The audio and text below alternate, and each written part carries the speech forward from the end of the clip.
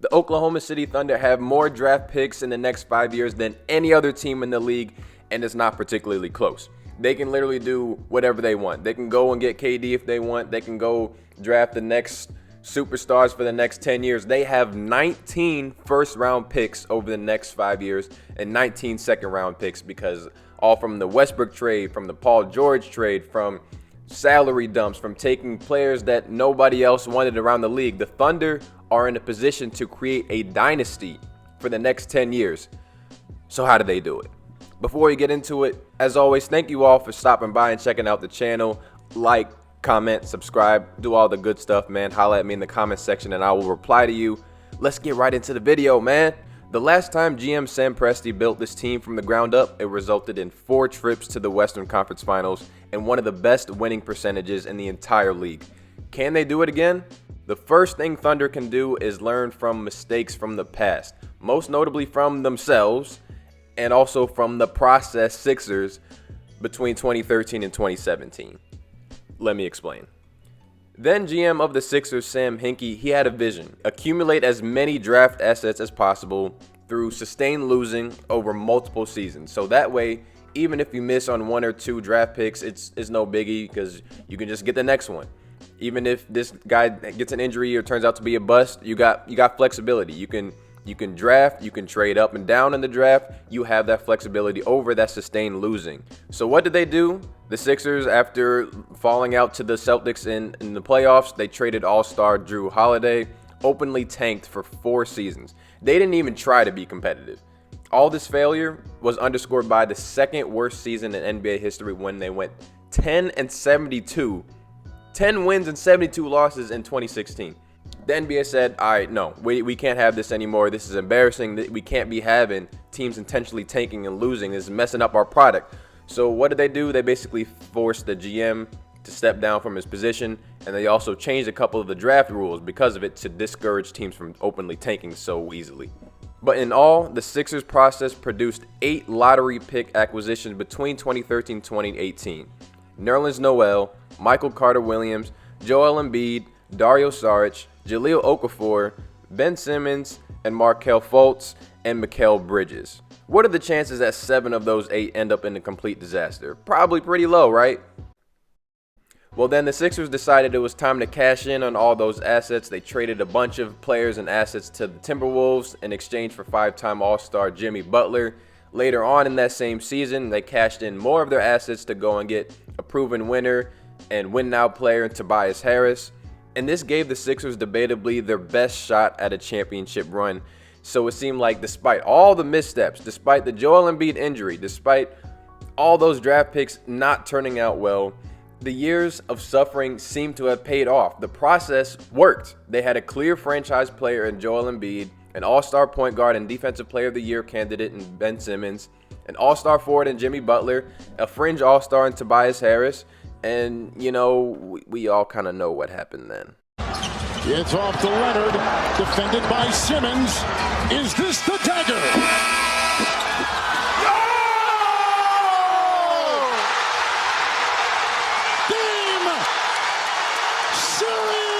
Jimmy Butler went on to leave for the Heat. The 76ers overpaid for Tobias Harris. They fired the head coach. Ben Simmons quit on the team.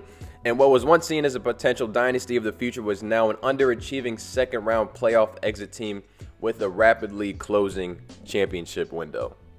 Also, the story of the process Sixers served as a warning for tanking teams of the future, because after having a record of 75 and 253 over 4 years, the NBA stepped in and said, all right, we got to change the draft lottery odds to make sure that teams don't openly tank again. So beginning with the 2019 draft, the 3 worst teams each had an equal 14% chance of winning the lottery. But before then, the worst team had a 25% chance of winning the lottery in the first pick.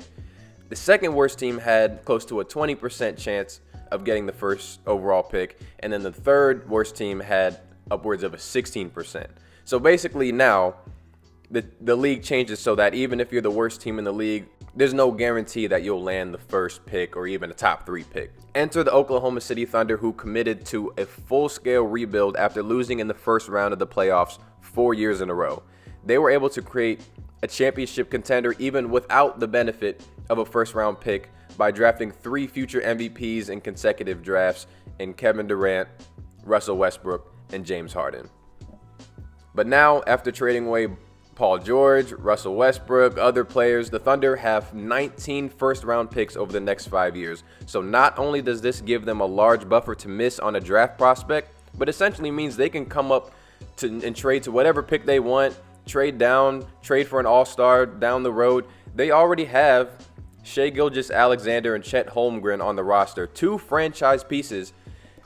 And mind you, they're conveniently out for this season. You know, just one more year of tanking, I guess. There's some funny business going on. I feel like the league might have to investigate that just a little bit. That's just me. And I have no doubt that the Oklahoma City Thunder have their eyes set on 7'2", 18-year-old French prospect Victor Wembanyama. If you don't know about Victor Wembanyama, he's a demigod. He's 18. He's 7'2". People said he's closer to 7'4". He can do everything, and he's considered one of the best European draft prospects of all time. There are 3 mistakes that the Thunder can learn from in order to create a dynasty in Oklahoma City. Number 1, learning from their own sin, do not be cheap. Basically, the Thunder let their initial core of James Harden, Russell Westbrook, and Kevin Durant fall apart just because they didn't want to enter the luxury tax and offered Harden a deal $5 million less than the max. Use this as a cautionary tale, Oklahoma City Thunder. If you see a budding star, don't trade them away for Kevin Martin and Jeremy Lamb and a pick or 2. Number 2, don't blindly draft on talent alone. So this is a bit of a debatable topic here. Generally, I believe that drafting the best player available is usually the smartest route to do in a draft. But sometimes it just makes no sense. So look at the Sixers drafting Nerlens Noel, Joel Embiid, and Jahlil Okafor in back-to-back drafts. That doesn't make any sense whatsoever. If your draftees enter a team where they have to play out of position, they won't produce as well, making them harder to trade later on down the road. It's also a big reason why Ben Simmons was playing point guard for some reason. He was clearly a power forward, but there was just no more room in the Sixers front court. They said, all right, shoot, you're going to have to play point guard. Figure it out. And look how that turned out. Number 3, letting a winning culture develop. Sam Presti is already a genius for getting in all of those picks, but he has yet to prove that he can make the talent stay and actually thrive in OKC. I think one of the reasons Jimmy Butler left the Sixers is because he was a veteran player trying to win now, and he was surrounded with a bunch of guys who didn't know how to win. They had a developmental coach in Brett Brown with no experience being a contender, and he just like, this is not the right situation for me. The timing didn't line up. So when the Thunder ultimately cash in and draft for a star, I believe that it needs to be because they got close to the ultimate goal, but they just needed one more guy to take them over the hump instead of trading for a superstar too early on and expecting them to carry them, be their leader, do everything to lead them to the finals. So think more of, this may be a bad example, but think about Kawhi Leonard joining the Raptors as opposed to, I don't know, James Harden joining the Nets. So the Raptors, they were already a proven good playoff team. They just kept running into LeBron James. But they had winners on that team. They were proven to be a championship core, but they needed Kawhi Leonard to take them over the hump. Winning a championship in the NBA is extremely difficult. You need to be smart, you need to be healthy, and you need to be lucky. But the OKC Thunder, a team that has come just short of the ultimate goal nearly a decade ago, now has a golden opportunity to learn from the mistakes made in the past and build the next NBA dynasty. Thank you all so much for watching. I apologize for the videos being so sparse lately. I've been on this 2K grind lately, and you know how that goes, and work and life and all that stuff, man. So appreciate you sticking with me anyway. Make sure to stay tuned. Season is coming up. We just had NBA Media Day. Whole lot of stuff to be excited for, and I will see y'all on the next one.